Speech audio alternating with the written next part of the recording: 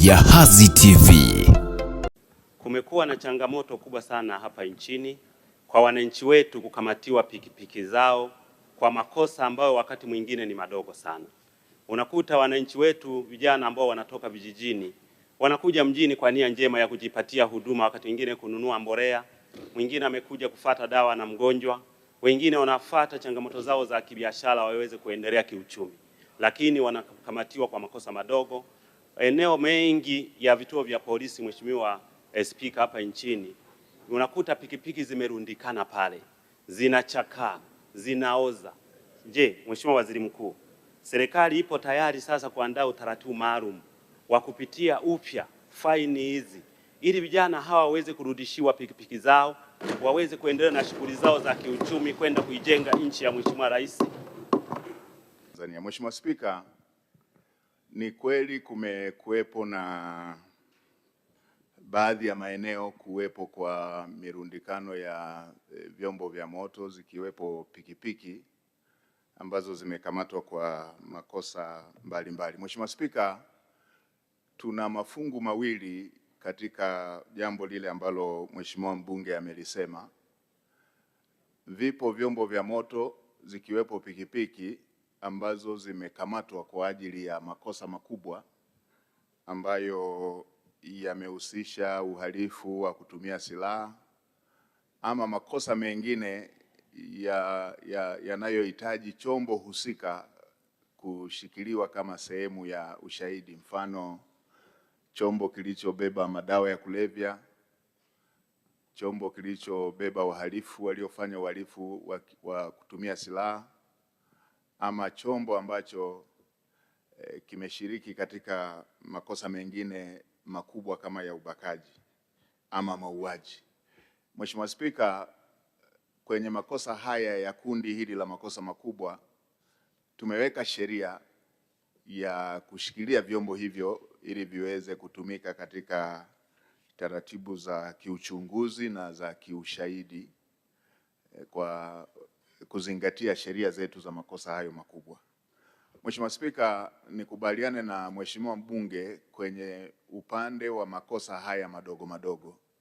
Mheshimiwa Spika, kama ambavyo waheshimiwa wabunge watakumbuka, nilikopita katika ziara maeneo yote nilielekeza kwamba vyombo vinavyotumika kwa kazi ya vijana wetu wa Kitanzania kujiletea kipato, ikiwemo bodaboda, bajaji, magari haya ya keri, magari ya biashara, kama limefanya kosa na tumejiwekea taratibu za sheria za hayo makosa na muhusika anatambulika, basi hivyo vyombo visitumike kushikiliwa, badala yake warudishiwe wahusika ili wakafanyie kazi na kupata fedha ambayo wanatakiwa walipe faini. Mheshimiwa Spika, kwa sasa Watanzania wengi wako na vitambulisho vyao vya taifa, wanafahamika na vyombo vyao vimesajiliwa, wamiliki wao na wanaoviendesha wanafahamika.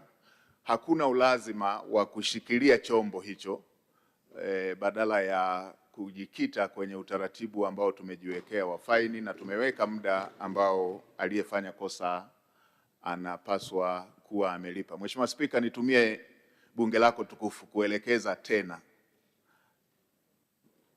mahali popote ambapo kuna vyombo vya moto bado vimeshikiliwa na havijafanya makosa yale ya kundi la kwanza nililosema la makosa makubwa ya uhalifu, mauaji, nyara za serikali, ubakaji, madawa ya kulevya, makosa mengine yote ya faini, vyombo vya moto visishikiliwe, badala yake wahusika watakiwe kulipa faini wakiwa na vyombo hivyo ambavyo ni vitendea kazi vya kufanyia kazi, kila moja aendelee na kazi. Mheshimiwa Spika, utakumbuka Mheshimiwa Rais alielekeza serikali kupitia upya sheria zile za masuala ya faini. Utakumbuka faini zilikuwa kubwa sana. Mheshimiwa Rais akasema faini sio chanzo cha mapato, tunarekebishana, tunasahihishana, wekeni faini ambayo itakuwa na sura halisi kwamba hii si chanzo cha mapato. Na utakumbuka Mheshimiwa Spika, bunge lako tukufu likapunguza